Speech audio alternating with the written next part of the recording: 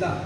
김정민 박사님은 몽골 국립대학 국제관계학 박사이시며 현재 김정민 국제전략연구소 소장을 맡고 계십니다. 저서로는 당근의 나라 카자흐스탄 등이 있으며 역사와 종교, 국제정치, 국제관계 등에 대한 강연을 하고 마련하고 계십니다. 김정민 박사님을 무대로 모시겠습니다. 큰 박수로 맞이해주시기 바랍니다.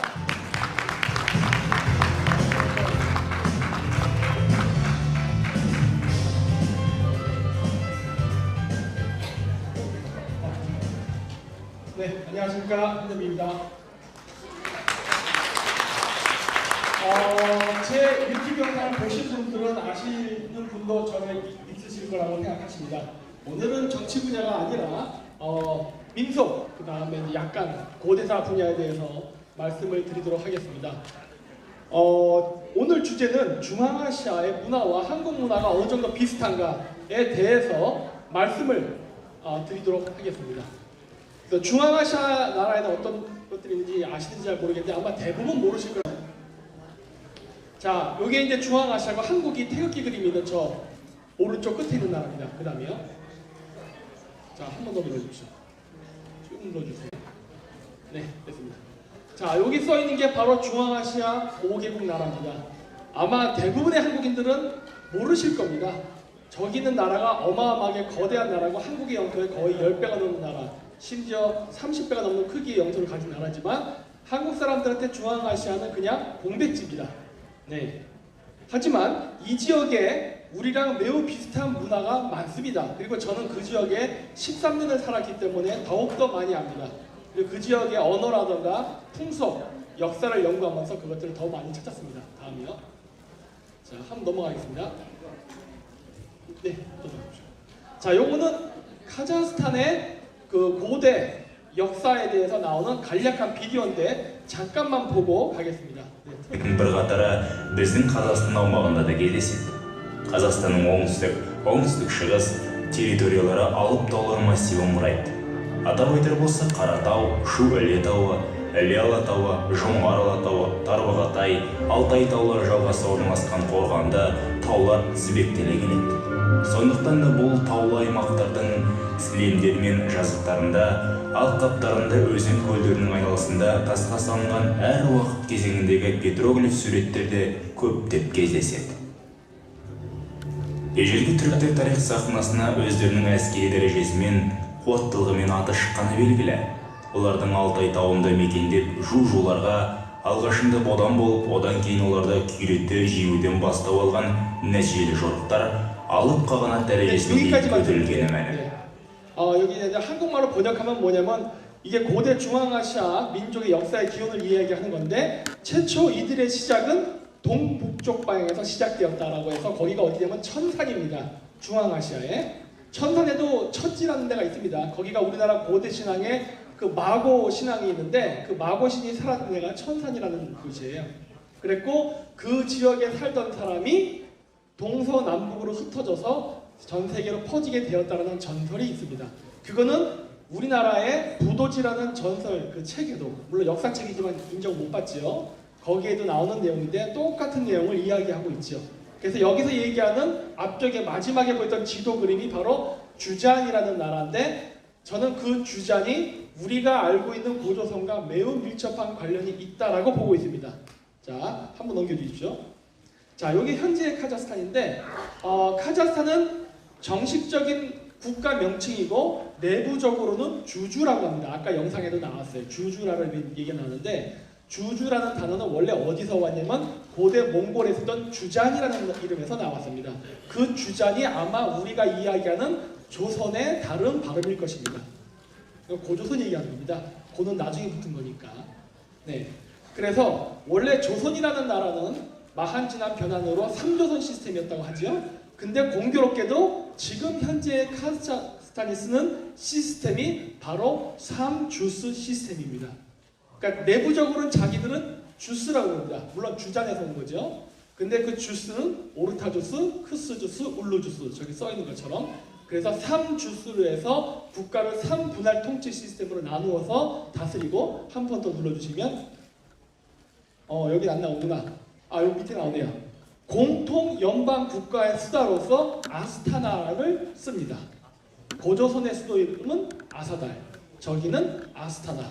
근데 이거는 15세기에 만들어진 건데, 카자흐스탄이 15세기에 만들어진 이 주수 시스템은 쟤네들도 뭐라고 얘기하면 과거 동방으로부터 중원대륙에 살 때에 갖고 온 시스템이다라고 얘기해요.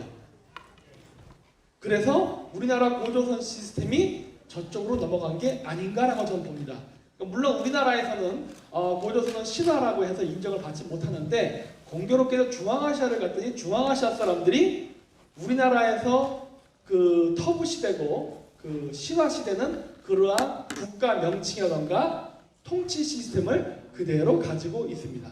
그래서 여기 보시면은 그 민족의 기원을 어디로 보냐면 걔네들은 사기라고 합니다. 사기 뭐냐면은 스키타이, 일반적으로 스키타이를 불리는 사람으로서 그게 그 석가모니가 태어난 그 부족, 사카족을 뜻합니다. 그게 우리나라 역사책에서는 색족이라고 부르는데 이것과 연관이 있는 것 같습니다. 그리고 지도자를 혹은 신의 명칭을, 우리나라는 옛날 때는 단군 혹은 탱글이라고 부르는데 그거 왜 그러냐면 그 신의 명칭이면서 지도자의 명칭인데, 왜 그러냐면 우리나라가 갖고 있던 천송 강림 사상과 관련이 있습니다. 그러니까 신이 인간의 몸을 빌려서 태어나서 하늘을 대신에 대리 통치하는 개념이 있었기 때문에 지도자를 신격화하는 게 있었어요. 지금은 물론 안 그렇지만. 그래서 우리나라에서는 그거를 단골레라고도 부르고 무당들을 그랬지 않습니까? 제정일치사회 때. 근데 거기서는 탱글이라고 부릅니다. 그러니까 발음이 비슷해요. 그리고 이제 국가 명칭도 우리는 조선이라고 불렸지만 거기는 주장, 지금 현재는 주스라고 부르죠.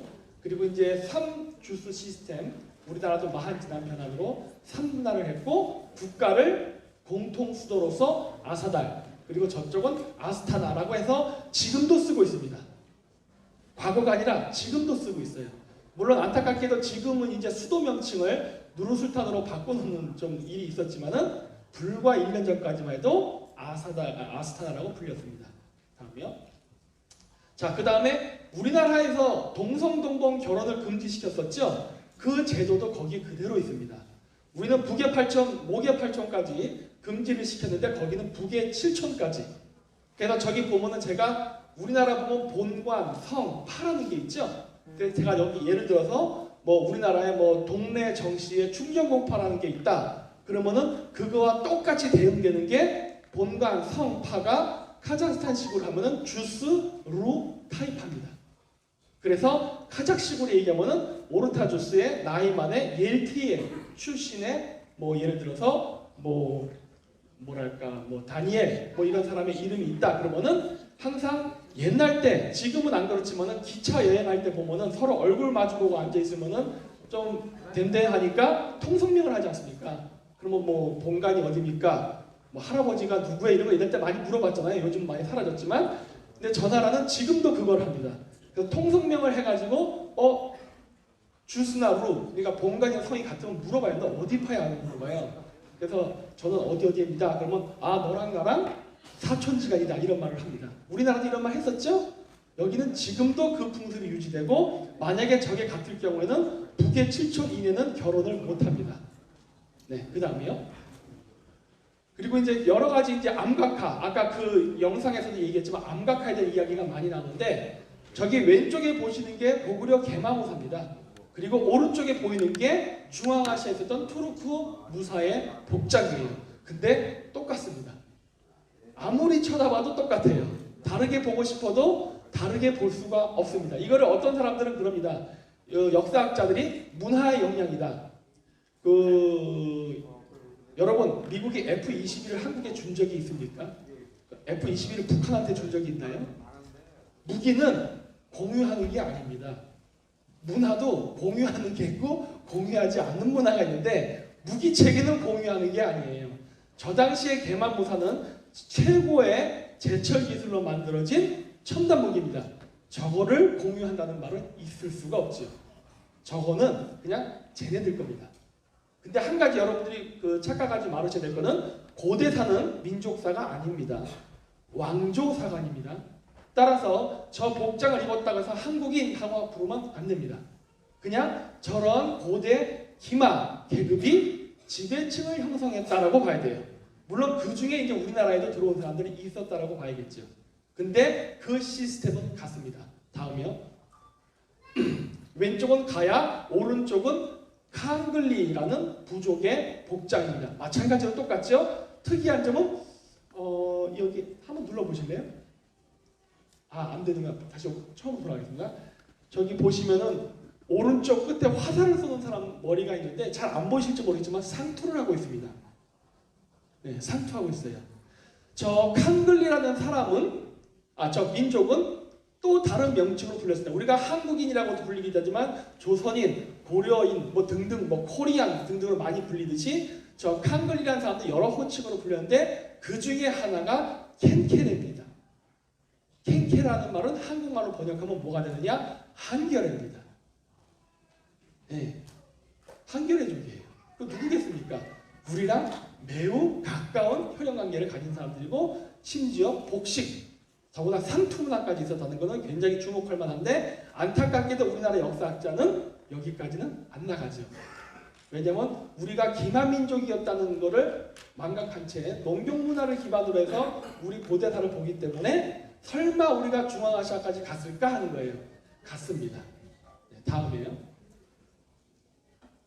이거 이제 고구려 왕족의 복장인데 오른쪽 왕비의 복장과 저기 오른쪽 암각하에 보이는 카자흐스탄 왕비의 복장이 똑같은 것을 볼 수 있습니다. 저 왜 똑같을까요? 네? 저것도 무역품으로 서로 교류해서 받은 겁니까? 여러분 그 지배자의 옷을 거래해 갖고 입습니까? 자기들이 만들어 입지? 일본 천황의 복장을 조선의 왕이 입는 거 보신 적 있으세요? 아니면 조선의 왕의 복장을 중국 황제가 입는 거 본 적 있습니까? 안 입습니다. 자기 거는 자기가 입는 거예요. 더구나 지배계급인데 왜 남의 거를 쓰겠어요? 이거는 연관관계가 있다는 걸 보여주는 거예요. 어쩌면 우리가 아는 고구려의 영토는 실질적으로 교과서와 배운 것과는 매우 다를 수가 있습니다. 네, 그 다음에요. 자, 요거는 이제 뭔지 아실 겁니다. 우리나라 그 절에 가면 뒤에 칠성각이라든가 이런 데 가면 산신이 있죠? 산신 문화가 한국에만 있는 게 아닙니다. 저 왼쪽 밑에 있는 거는 여러분들 헐리우드 영화에 보는 반지의 제왕에 나오는 간달프라는 사람인데 켈트족 신앙에도 저게 있습니다. 뿐만 아니라 오른쪽에 보이는 건 카자흐스탄, 그 다음 뿐만 아니라 중앙아시아 전체인데 나우루즈라 그래서 춘분축제 때에 항상 춘분축제를 시작을 알릴 때는 항상 백마를 탄 하얀 수염에 하얀 옷을 입은 할아버지가 나우루즈 쿠트볼슨 하면서 나우루즈가 시작되었다는 것을 알리는 전령의 역할을 하는데 저 전설에 의하면 저런 사람들은 산에 살았다고 합니다. 우리나라의 산신령 신앙과 매우 밀접한 관련이 있죠. 물론 그 산신령은 귀신은 아니고 사람입니다. 산속에 살았던 어떤 종묘계급 사람들이었을 거예요. 네, 이런 식으로 산신 문화가 있고 마찬가지로 바이칼 호수에도 있습니다. 좀 이따 영상이 나올 거예요. 다음이요. 자, 요거는 뭐냐면 여러분 경주 가시면은 많은 무덤들을 보실 수 있을 겁니다. 그리고 가야 이쪽 무덤들도 보면 이제 적성목각분이라고 해서 이렇게 돌과 나무관으로 해서 이렇게 섞으면서 만드는 그러한 무덤 양식이 있는데 그거와 똑같은 무덤이 중앙아시아에 가면은 수백 개가 있습니다. 알마티에만 적어도 80개가 있어요. 경주에다 80개 정도 있지 않나요? 근데 똑같아요. 더구나 경주에서 발견된 황금 보검하고 똑같은 게 카자흐스탄 알마티에서도 발견됐습니다. 황금 보검. 똑같이 생겼어요. 그거 왜 똑같을까요? 무역 상품 아닙니다. 네. 그 다음에요. 이건 우리나라입니다. 제가 가야 갔을 때 찍은 거예요. 그 다음에요. 그 다음 저기 서 있는 오른쪽에 있는 사람이 접니다. 저 무덤이 얼마나 큰지를 제가 보여주기 위해서 올라간 거예요. 어마어마하게 거대하죠? 저런 거대한 무덤이 중앙아시아에 있는데 우리나라의 신라, 가야 계통하고 똑같은 거예요. 그러니까 신라가 경상도에 있었던 나라라고 보기에는 상당히 애매해요. 근데 그거는 문무왕 빈문에도 나오죠. 신라는 7대의 하늘의 제사를 지냈고 투의 자손이다. 즉 흉노의 자손이다라는 얘기를 했는데 틀린 말은 아닌 것 같습니다. 저 지역은 흉노의 지배 지역이었어요. 그렇죠? 네. 자, 다음이요. 요것도 우리나라, 요건 가야입니다. 네, 그 다음에요. 그리고 요거는 뭐냐면 무덤의 그 비석인데 이 비석은 굉장히 중요합니다. 이 죽음과 관련된 거는 종교랑 관련이 되어 있는데 비석 양식이 희한하게 신라랑 당나라랑 흉노, 돌골, 투르크 이쪽하고 닮아 있습니다. 같아요. 근데 이걸 보면서 제가 느끼는 게 삼국시대도 우리가 아는 것처럼 삼국이 다 같은 민족이 아니라 여러 다른 민족이었을 가능성이 있지 않나라고 좀 보고 있어요. 물론 언어적으로도 약간의 차이가 있습니다. 있는데 여기서 보시면은 왼쪽이 돌골, 오른쪽이 당나라, 그 다음이 오그창국 중앙아시아에 있던 나라입니다. 그 다음이 흉노인데 요 윗부분을 한 번 더 눌러주세요. 누르면 신라 문무왕의 비와 똑같습니다. 신라 문무왕 비는 뭐라 써있다고 했죠? 신라 앞전에 칠 때 하늘의 천재를 지냈고 투후의 자손이다. 즉 흉노의 자손이다라고 했는데 어쩌면 공교롭게도 흉노와 똑같은 비석을 가지고 있냐는 거예요. 그러니까 이거는 사실일 가능성이 매우 높답니다. 그러니까 중앙아시아에 있던 기마민족의 지배계급이 한반도에 들어와서 나라를 건설했다는 것이 여기서도 보입니다. 네, 그 다음에요. 네, 똑같이 나오죠? 그 다음 여기 아까 얘기했던 황금보검입니다.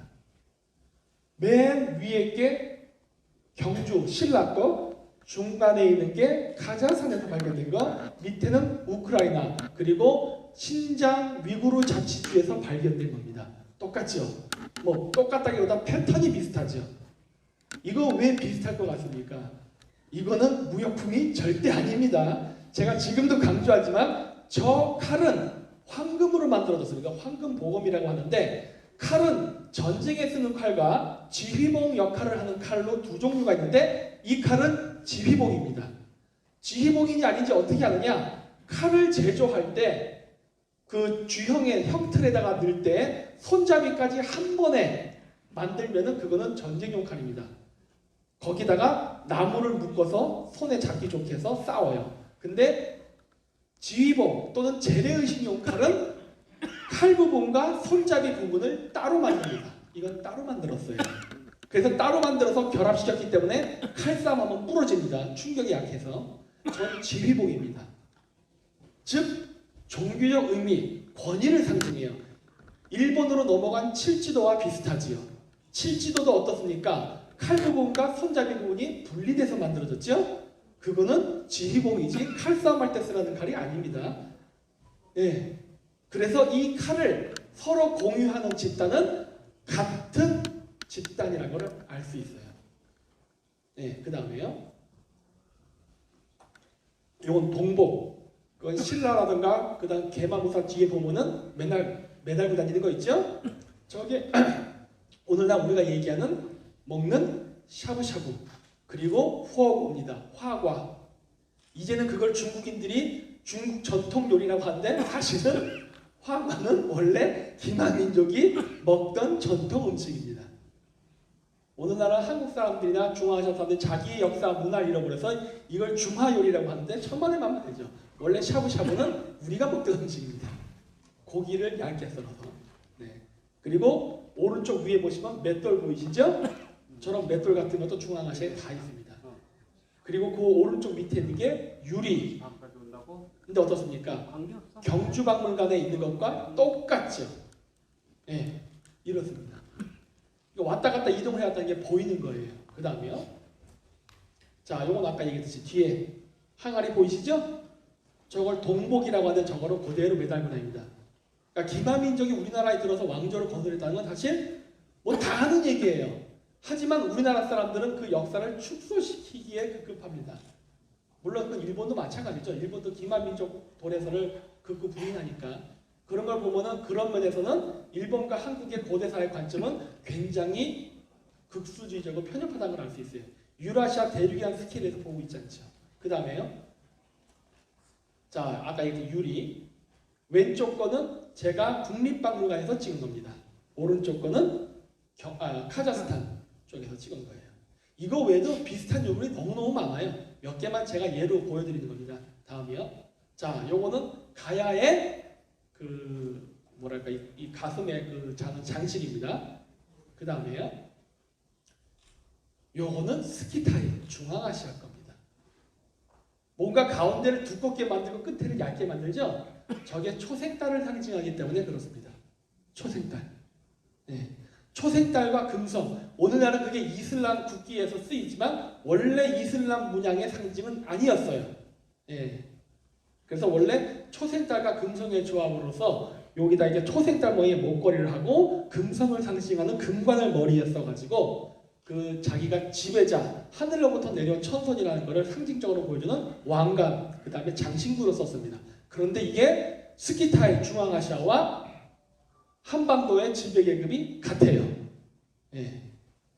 그렇죠? 그러니까 우리나라에서 인정을 받지 못하는 부도지의 기록, 우리가 파미르 중앙아시아로부터 한반도로 들어왔다는 기록은 맞을 겁니다. 왜? 유물적 증거에 이건 과학적인 방법 아닙니까? 그렇죠? 그 다음에요. 자, 씨름이죠. 저 왼쪽은 수메르, 메소포타미아, 그 다음 오른쪽 위는 고구려 고분에 있는 씨름입니다. 그리고 오른쪽 밑에 있는 거는 카자흐스탄 코르스라고 합니다. 우리나라 말로 번역하면 씨름이라고 하겠죠. 그래서 카자흐스탄 코르스라고 하는데 뭐 이거는 뭐 카자흐스탄뿐만 아니라 중앙아시아의 모든 민족이 다 있습니다. 단 차이점이 무엇이냐? 투르크계 민족은 한국처럼 삿발을 잡고 합니다.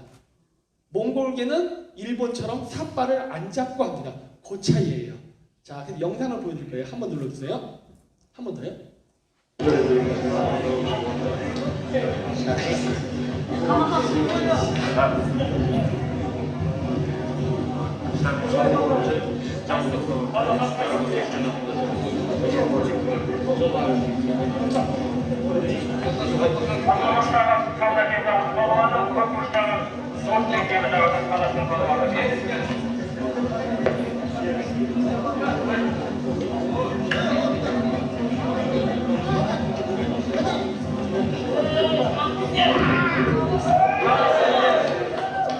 한 번 더, 다음번 영상이요.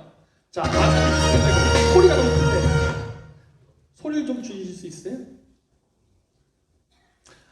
앞쪽 거는 서양의 레슬링의 영향을 받아가지고 저렇게 하지만 요거는 전통입니다. 전통식 코러스예요. 전통식 코러스. 네. 우리나라처럼 처음부터 삿발을 잡고 시작합니다. 저거 우리나라에 있죠, 씨름에. 그 이름은 전 모르겠어요.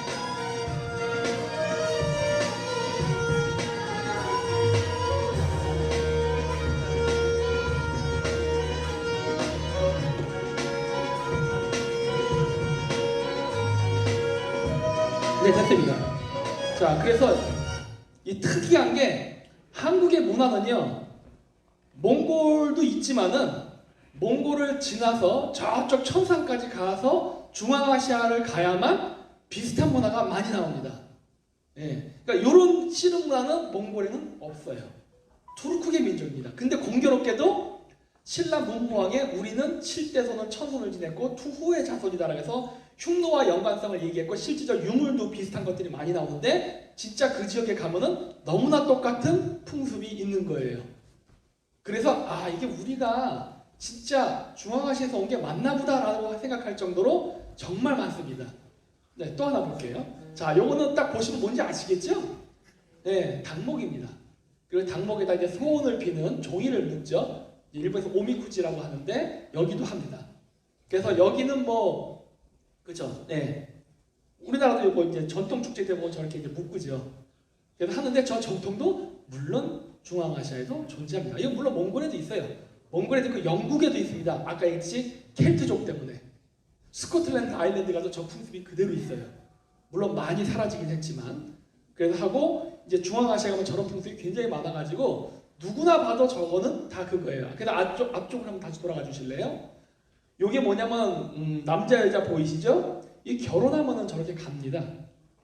그래서 이제 결혼해가지고 이제 자기네들 이혼하지 않고 오래오래 살게 해달라고 소원 빌 때 저렇게 가는데 특징이 있다면은 여기 이제 다민족 국가라 130개 민족이 있었고 뭐 언어, 종교, 문화가 제각각인데 상관없이 합니다. 나는 이슬람이니까 안 해. 나는 러시아 정교니까 안 해. 뭐 이런 게 아니라 그냥 전통 문화로서 합니다. 이거는 카자흐인도 하고 러시아인도 해요. 인종도 상관없어요. 왜? 이건 전통이니까.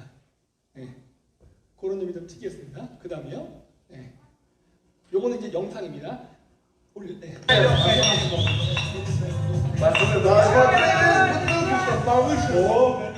이건 이제 시베리아 샤머니즘 같은 경우는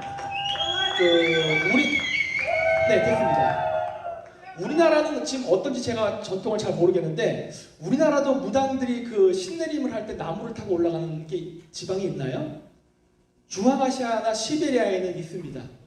있는 걸로 제가 알고 있어요. 몽골도 있어요. 우리나라는 제가 아직 잘 모르겠는데 그러니까 얘네들은 하늘에 가까이 가면 가까이 갈수록 보다 신과 가까워질 수 있다고 믿어요. 그래서 이런 행동을 하는데 요게 이제 오늘날 조금 그 민간 신앙하고 접합이 되면서 무당이 하는 게 아니라 저렇게 결혼을 하면은 자기네들이 결혼을 했다고 일종의 신고식처럼 저렇게 남자가 그 술병 안에다가 소원, 이 편지 같은 거죠. 그런 걸 적어가지고 나무 꼭대기 위에다가 저렇게 올라가서 이렇게 병을 매달고 내려오는 풍습이 있습니다. 그러니까 그 당목에다가 종이 접어서 이렇게 하는 거와 마찬가지의 유사한 변형 형태죠. 그래서 그런 것들을 지금도 하고 있어요. 그리고 지금 보시는 장면은 딱 보시면 이제 뭔지 아실 거예요. 한번 틀어주세요.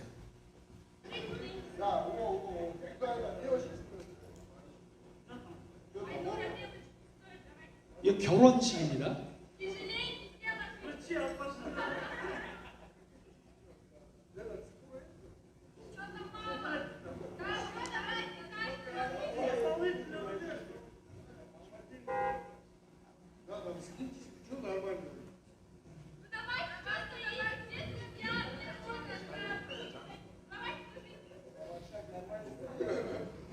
이 여자들이 이렇게 가로막고 있지 못 들어가게 신랑 쪽 친구들이 그 돈을 내놓으라고 그러죠. 돈 더 내놔. 돈이 적다 이거예요. 돈 더 내놔 이렇게 하는 거예요. 저 뭐예요? 돈 더 주면은 1m 후퇴.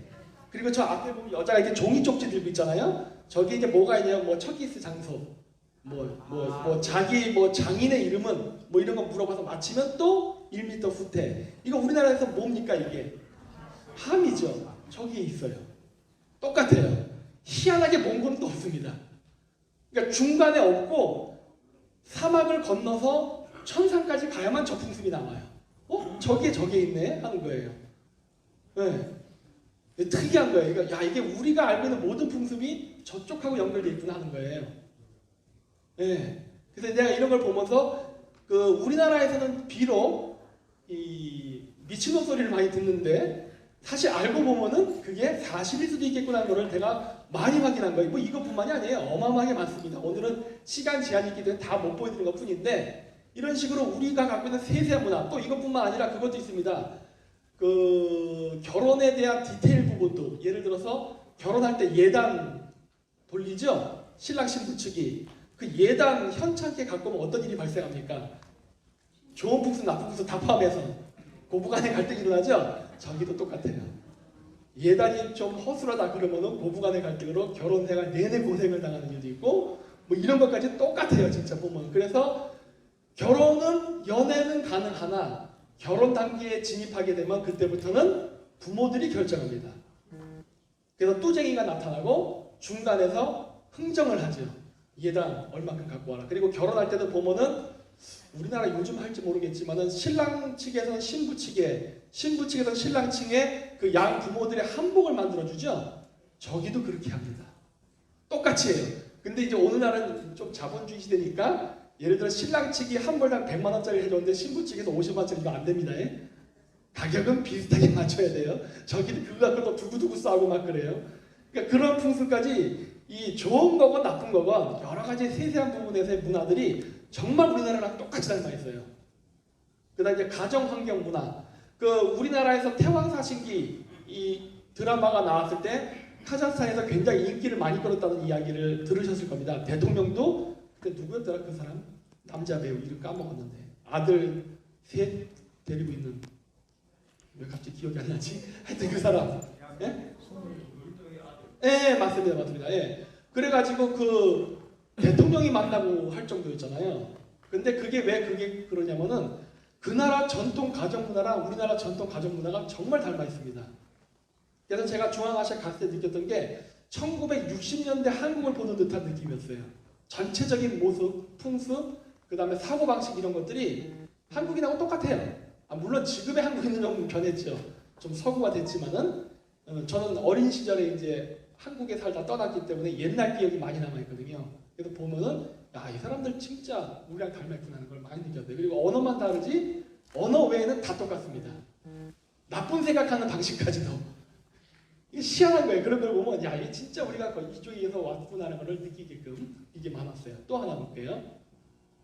네, 아이고 됐고, 네, 요거 보시면 뭔지 아실 거예요. 그냥 쭉 볼게요.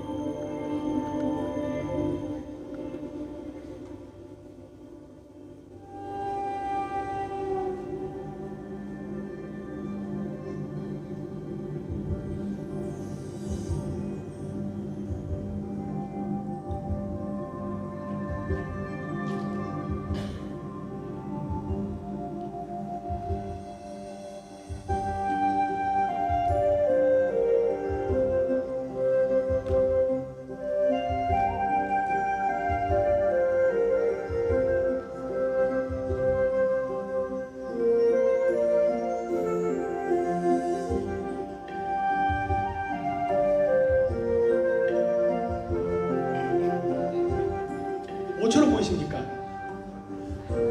살풀이처럼 보이지 않으세요? 똑같죠?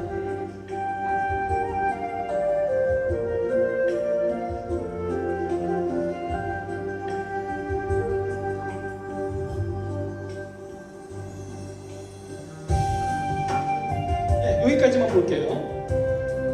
그 살풀이가 저들이 있습니다. 놀랍지 않나요? 네. 물론 이제 지금은 저쪽이 종교가 이슬람화 됐기 때문에 뭐 저거를 종교식에 원래 살풀이는 원래 그런 거랑 관계가 있으니까 그런 거는 아니고 이제는 그냥 하나의 춤으로서 존재하는 네, 좀 이따 그 춤으로서만 존재하지만 누가 봐도 저건 살풀이에요. 누가 봐도. 예, 근데 저런 풍습이 많고 그 다음에 이 타타르족 같은 경우 특히 한국인하고 굉장히 많이 닮아 있는데 얼굴은 백인이에요. 예, 지금은 완전히 섞여서 그렇지만. 오늘은 제가 들려드리지 않지만 타타르 전통 민요들을 제가 굉장히 많이 갖고 있습니다. 백몇 곡을 갖고 있는데 그 타타르 전통 민요를 딱 들어보면요 한국 전통 민요랑 똑같아요. 리듬이 정말 닮아 있어요. 딱 들어보면은 누가 들어도 이거는 시골에서 할머니들이 부르는 노래 같다라는 생각이 들어요. 예. 그래가지고 옛날 때는 그쪽 친구들한테 이렇게 우리나라 거 이렇게 들려주면 야 이거 우리나라 노래랑 똑같네 막 이런 얘기를 많이 들었거든요. 그 정도로 닮아 있습니다. 나중에 제가 기회가 되면은 그때 제가 노래를 한번 들려드릴게요. 정말 똑같아요. 그래서 그런 부분들 이런 것들이 또 있고 그 다음에 이제 다음 부분에 보여드릴 건 이제 우리나라에서 이제 굿할 때 이제 나오는 노래인데 요거는 제가 이제 왜 보여드리냐면은 이건 제가 이제 몽골 갔을 때입니다. 그 선덕 여왕이 죽어서 묻힌 산이 경주의 낭산입니다. 늑대산이라는 소리예요. 희한하죠. 우리나라가 늑대랑 무슨 관계가 있다면 낭산이란 즉 늑대산이라는 이름을 수도에다가 그것도 지어놨을까요? 오늘날은 늑대가 흉물입니다. 그건 중국의 영향이죠. 까마귀도 원래 효의 상징이었지만 오늘날은 까마귀는 재수없는 동물이 됐죠. 그런 것처럼 우리가 중국화가 되면서 그렇게 된 건데 원래는 늑대도 우리에게는 좋은 동물이었던 것 같습니다. 그 대표적인 예가 구미호 아닙니까? 구미호도 원래 좋은 동물 혹은 여성 샤먼을 뜻하는 거였지만은 오늘날에는 구미호가 중국의 영향으로 그 인간의 피를 빨아먹는 악마로 변해버렸죠. 하지만 원래 고대 구미호는 좋은 동물이었습니다. 뭐 이런 것처럼 나오는데 요거는 이제 우리나라 그 굿을 할 때 이제는 많이 이름이 바뀌었습니다만 그래도 지역에 따라서는 의미를 모르면서 그냥 부르는 노래 속에 특정 이름이 나옵니다. 그 이름이 아시나예요. 근데 우리나라 무당들도 물어보면 모릅니다. 그거 뭐예요? 그러면 그 종 이름이에요. 이런 식으로만 얘기해요. 그럼 그거 왜 좋아요? 그럼 몰라요. 그냥 옛날부터 해왔어요. 이 정도예요. 그런데 이제 그게 이제 의미를 잃어버리고 사람들이 이제 잘 모르다 보니까 요즘은 그걸 신령님으로 바꿔서 부른다 그러더라고요. 그러니까 신의 이름이에요. 근데 그거를 저한테 물어보더라고요. 그건 뭔 것 같아요? 그랬죠. 그거 늑대의 이름이에요. 내가 그랬거든요. 근데 왜 늑대림이라고 하느냐? 저 중앙아시아 전설에 의하면 그 투르크 민족의 시작이 늑대로부터 시작되었다고 합니다. 그래서 늑대를 자신의 조상신이라고 믿어요. 근데 그거는 아까도 얘기했듯이 스키타이, 제가 얘기했지 않습니까? 스키타이는 인도어로는 사카족입니다. 우리가 아까 얘기했던 삭족, 사카족에서 누가 나왔습니까? 석가모니. 석가가 범어로 사카니니까. 그 불교에서는 뭐라 합니까? 걔가 우리 조상이 환생해서 가족을 지키기 위해서 태어났다는 얘기 많이 하죠. 아마 서로 연관성이 있는 생각인 것 같습니다. 개나 늑대나 그거잖아요. 그래서 즉 개 혹은 늑대가 자신의 조상이라는 생각은 스키타이인의 전통 개념이에요.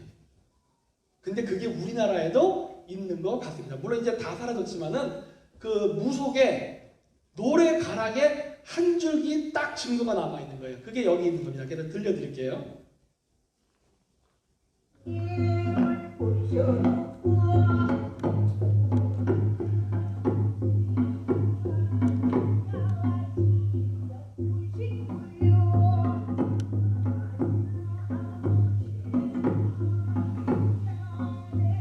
아시나 모시라는 얘기가 나옵니다. 소리가 좀 작아서 잘 안 들렸는데 네 됐습니다. 이런 식으로 해서 나옵니다. 나중에 한번 기회 되시면 여러분들 굿할 때 한번 잘 들어보세요. 그래갖고 저런 이름이 나오더라고요. 그래서 저도 깜짝 놀랐어요. 저거 왜 얘기해? 했더니 워낙 나라 부장들도 몰라요. 그냥 옛날부터 하던 거니까 한답니다. 그냥. 예, 근데 이제 그걸 제가 찾았죠. 아 이거는 원래 조상신의 이름입니다. 이제 늑대입니다. 예, 그래서 10마리 늑대의 자손.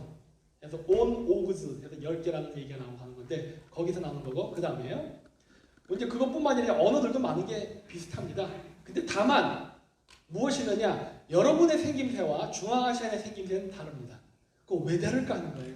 그거는 아까도 얘기했듯이 역사는 승자의 기록입니다. 따라서 중앙아시아로부터 선진 철제 기술과 기마술을 갖고 들어온 사람들이 어떻게 보면 정봉왕조를 세웠기 때문에 우리나라의 지배계급과 피지배계급은 생김새가 달랐을 가능성이 있어요. 그 얘기 어디서 제가 그거를 보냐면 신라의 골품제도입니다. 뼈대 있는 가문의 자손 이런 얘기 많이 하죠. 중앙아시아에도 골품제도가 있었습니다. 그거를 카자흐어로 악수이에스라고 해요. 흰뼈 제도라고 합니다. 네, 그래서 신분에 따라서 옷의 색깔을 달리해서 입었는데 우리나라에서 삼국통일 직전에 화랑이라는 게 생겼는데 화랑도들이 전쟁을 할 때 얼굴에 하얀 분칠을 했다는 기록이 나옵니다. 우리나라 영화 황산벌 영화에도 보면은 그 관창이 싸우러 계백을 죽이러 간다고 할 때 얼굴에 하얀 분칠하고 나는 장면을 보신 분들 계실 거예요. 그거 왜 칠했을까 하는 겁니다. 얼굴에. 단순히 예뻐 보이려고? 아닐 겁니다. 화랑이라는 말은 몽골어에도 있습니다. 몽골 말로 화랑이라는 단어가 존재하는데 몽골 말로 화랑이라는 말은 특수부대입니다. 특수부대예요.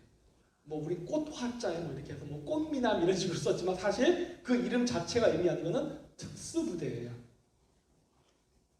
그리고 그 시기가 언제냐면 선덕 여왕이 암살당하던 시기입니다. 난에 의해서. 급사하잖아요. 저는 그걸 암살당했다고 보고 있는데 바로 신라의 전통적 지배계급이었던 성골이 진골에게 밀리면서 무열왕이 이제 집권을 하죠. 김춘추가. 그 시기인데 그게 저는 뭐라고 추정을 하느냐? 중앙아시아로부터 온 백인과 혼혈된 하얀 피부를 가졌던 지배계급이 우리나라 한반도를 지배하면서 지배를 공고히 하고자 각각 지방의 토호 세력들과 정략 결혼을 하다 보니까 혼혈이 되면서 원래 모습이 우리 모습처럼 점점 변해가다 보니까 즉 혼혈되는 사람들 진골의 숫자가 성골의 숫자를 능가하면서 정치 권력이 성골에서 진골로 뒤바뀐 게 바로 선덕여왕의 죽음이 아닌가 생각되는 거예요. 그러다 보니까 어떻게 되느냐? 성골 출신들은 지금의 중앙아시아인처럼 하얀색의 피부를 가지고 있었지만은 그 이후 진골 출신들은 우리 같은 피부를 가졌단 말이에요. 그러면 골품 제도가 유지되기가 어렵겠죠. 왜? 옛날 때는 확연하게 외모가 달랐기 때문에 골품 제도를 통해서 지배계급과 피지배계급 얼굴이 구별됐지만 똑같아져 버렸거든. 그러면 어떻게 합니까? 얼굴을 하얗게 칠했겠죠. 그래서 삼국통일 시기에 화랑들이 얼굴에 하얀 분칠을 했던 것은 바로 자신들이 정통 지배계급이라는 걸 보여주기 위해서 얼굴을 하얗게 칠한 거가 아닌가라고 저는 보고 있습니다. 물론 기존 역사학자들이 뭐라 얘기했는지 저는 모릅니다. 하지만 제가 이제 중앙아시아를 연구한 결과 그럴 것이다라고 지금 추정을 하는 겁니다. 그래서 이게 언어가 나오는데 이 보시면 이미 아시겠지만 비슷한 단어들이 굉장히 많다는 걸 알 수 있습니다. 그 다음 넘어갈게요. 네. 또 한 번 넘어갈게요. 이제 나오는데 여기서 이제 한 가지 빠진 게 있는 뭐냐면 또 한 가지 뭐가 있냐면은 우리나라는요 아마 중국도 마찬가지일 거라고 보는데 소수의 지배 계급이 다수의 피지배 계급을 다스린 겁니다. 뭐 정치란 건 원래 그런 거죠. 그러다 보니까 어떤 게 있느냐 우리나라 고인돌 문화를 보면은 북방식과 남방식이 합쳐지는 지역입니다. 한반도와 일본의 큐슈 지역은 남방식 고인돌과 북방식 고인돌이 같이 존재해요. 그 이야기를 통해서 우리가 추정할 수 있는 건 뭐다? 원래 한반도에 먼저 온 선주민은 남방계다예요. 남방계 사람들이고 후대에 들어온 북방계 기마민족이 어떻게 보면은 지배를 하면서 북방식 고인돌 문화도 남고 그리고 30% 정도의 북방계 DNA를 한국인들이 가지게 된 게 아닌가라고 보고 있는 거예요. 네. 그래서 우리나라는 남방계와 북방계가 혼재합니다. 하지만 남방계에 더 가까워요. 모습은. 그러면 그런데도 불구하고 역사 기록은 우리는 북방계라고 합니다. 왜 그럴까요? 우리 얼굴은 분명히 남방계입니다. 근데 우리의 역사 기록을 보면 우리는 북방에서 왔다 그래요. 그거 왜 그렇게 했습니까? 아까도 얘기했듯이 역사는 승자의 기록입니다. 다수가 지배한 게 아니라 소수의 승자를 중심으로 역사를 썼기 때문에 한반도에 다수의 남방 고인돌을 만들던 어떤 국가나 지배계급이 있었다 하더라도 그 사람들은 전쟁에 졌고 역사의 뒤안길로 사라졌기 때문에 북방계, 기마민족, 철제를 기술을 갖고 있는 사람들이 소수라 하더라도 지배계급으로 있었고 역사 기록을 남겼기 때문에 우리나라가 역사적으로는 북방계라고 지금 불리는 게 아닌가라고 보는 겁니다. 그러니까 저는 민족사관에서 보지 않습니다. 이거를. 예. 그러면은 이 문제점이 해결될 것이라고 보고 있어요. 그리고 저거는 한탱글이라는 산인데 저 한탱글이 산이라는 것도 마찬가지로 탱글이 즉 단군, 단골레라는 의미의 산이죠. 그래서 저런 산들이 저렇게 있고 저게 고대에는 수메르산이라고 불렸습니다. 아까 수메르 지역에 메소포타미아에 씨름하는 게 있었죠. 근데 수메르라는 산이 저겁니다. 그리고 저거 이전의 수메르산은 무엇이냐? 지금 중국하고 인도 국경 사이에 있는 카일라스 산이라는 게 있습니다. 성지죠. 카일라스 산. 그 카일라스 산이 불교에서는 수미산이라고 불리는 산인데 그 수미산의 원래 발음이 수메르산입니다. 왜 수메르냐? 한국 사람들은 R과 L 발음을 구별을 못합니다. 그래서 만주르인데 만주, 그 다음에 박혁거세라고 그러죠. 게세를 하는데 거서감, 르 발음은 탈락이거든요. 그래서 수메르산인데 한자 표기하다 보니까 수미산이 되어버린 거예요. 그래서 저 수메르라는 지명은 원래 인도와 중국에 있던 성지산인 카일라스 산이었고 그게 이동을 해서 지금은 카자흐스탄과 중국 국경에 있는 한탱글리산, 저건 지금 부르는 명칭이고 그 이전에는 수메르산이라고 불렸죠. 그리고 이게 서쪽으로 가서는 메소포타미아에서 수메르라고 불린 것 같습니다. 왜냐? 거기 수메르 문명의 그 문명을 일으킨 두 개의 강이 유프라테스와 티그리스 강인데 티그리스가 딩그르 외제느, 그래서 탱그리 강입니다. 딩그르는 수메르의 신의 명칭이기도 합니다. 그리고 저게 동쪽 끝으로 와서는 우리나라에서는 우두산이 된 것 같습니다. 소우자에 머리 두자. 훈독을 읽으면 뭐가 되나요? 소머리. 예. 저 많죠? 강원도랑 경상도에 우두면 우두산 뭐 이런 거 많잖아요. 그거 훈독을 읽으면 뭡니까? 소머리산. 수메르산이에요. 수메르. 그리고 저 사람들이 신라의 왕족들이 일본으로 넘어가지요. 그래서 모셔진 신사의 신의 이름이 신라명신입니다. 신라명신의 다른 발음은 뭐지요? 우두명신입니다. 소자에 머리 두자를 써요. 그래서 일본 신사에 모셔진 신라 명신은 원래는 경상도의 우두산에서 왔다라는 전설이 있습니다. 연호랑과 세운여처럼. 그러니까 연결돼 있다는 게 다 보이는 거예요. 근데 이것도 결국 근원적으로 하면 어디로 간다? 파밀, 중앙아시아로 간다는 거예요. 아, 이것도 또 연결돼 있구나 라는 게 보이죠. 그 다음에요. 이제 에어아스타나. 그러니까 아사다리라는 말을 쓰죠. 우리나라에서 아사다리를 쓰면 되게 촌스럽죠. 그리고 안 쓰려고 기피하지만 중앙아시아에서는 씁니다. 네, 문제가 없어요. 네, 통용되고 있고. 그 다음에요. 탱그리. 우리나라 식하면 당골레 잡지입니다. 와, 이렇게 우리나라 이렇게 썼단 난리가 나겠죠. 이제 사탄의 잡지가 되는 건데 이게 중앙아시아에서는 전혀 문제가 없이 그냥 쓰입니다. 저 나라가 지금 현재 이슬람을 대부분 믿는다 하더라도 전통은 전통이고 종교는 종교예요. 그래서 여전히 문제없이 쓰이고 있습니다. 그 다음에요. 탱그리 FM 이런 거 나오죠. 그렇죠? 네. 이렇게 많이 쓰입니다. 네. 이슬람과 상관없는 거예요. 이슬람은 종교일 뿐 자신들의 생활은 여전히 전통 풍습을 따라갑니다. 네. 쭉 넘어가 주세요. 네, 여기 저게 탱글이라고 쓰는 투르크 탐가 문자고, 네. 요건 이제 그 야쿠티아 만주 위쪽에 캄차카 반도가 있거든요. 거기 부리아트 사하공화국이라고 그 있는데 그 지역의 사람들도 탱그리 신앙이라고 해서 그게 존재합니다. 뭐 탱그리 신앙은 뭐 종교라고 보기는 좀 애매하고 일종의 천문학입니다. 뭐 그런 건데 그런 식으로 해서 전통 토속 신앙을 지금도 유지하고 있죠. 러시아 전교회가 물론 많이 퍼져 있지만 그럼에도 불구하고 자신의 전통 철학이 이런 게 존재합니다. 네. 그다음에요. 그래서 이런 것들을 제가 쭉 보여드린 이유는 뭐냐? 많은 우리나라 사람들이 전통 문화를 얘기할 때는 그냥 한국인으로서의 전통 문화입니다. 그러니까 여러분들의 전통 문화라는 시각은 세계화가 안 돼 있습니다. 물론 하죠. 하고 있지만은 저는 지금 무엇을 보고 있냐면은 언제고 우리가 원하든 원하지 않든 남북 통일은 강제로라도 될 겁니다. 국제 역학관계에 의해서 필요에 의해서. 그런데 우리가 남북 통일이 되면은 더 이상 우리나라는 섬나라가 아니라 대륙과 연결이 돼서 드디어 북한을 통과해서 유라시아로 연결되는 기회가 열려요. 그렇게 되면은 여러분이 원하든 원하지 않든 이제 저 유라시아 사람들하고 만나게 될 겁니다. 아까 얘기했듯이 여러분들은 저 중앙아시아에 있는 사람들을 모릅니다. 저렇게 큰데도 여러분들 가보시지 못한 부분이 아마 99%일 수도 있어요. 그런데 앞으로는 만나게 될 날이 올 겁니다. 그러면 저는 무엇을 바라보고 있냐면은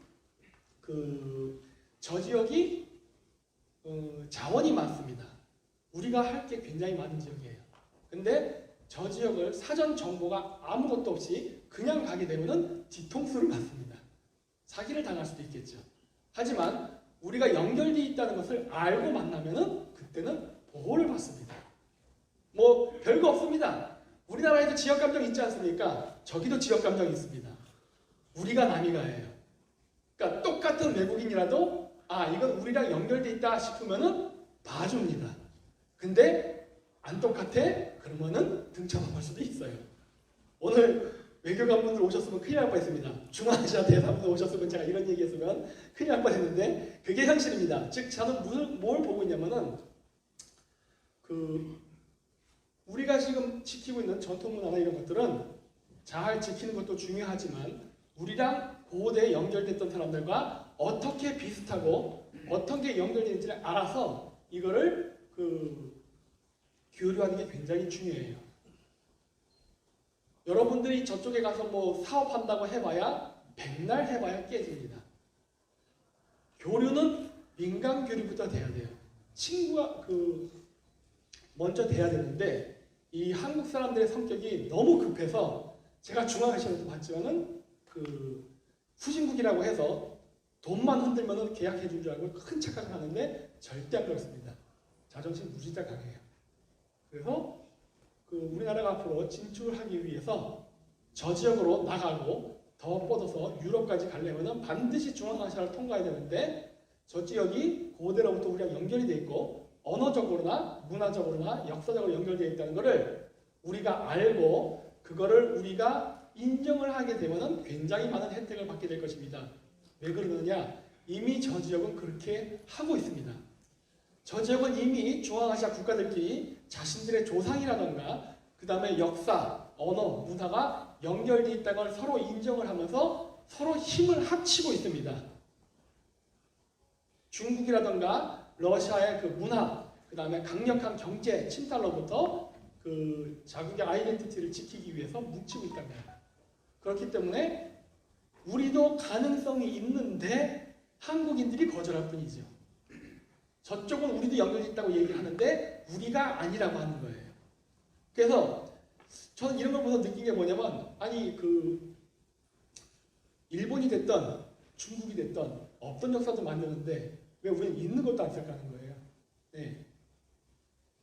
이거는 받아서 손해볼 게 하나도 없습니다. 이건 받으면 득이 되면 득이 되지 손해되지 않는 거예요.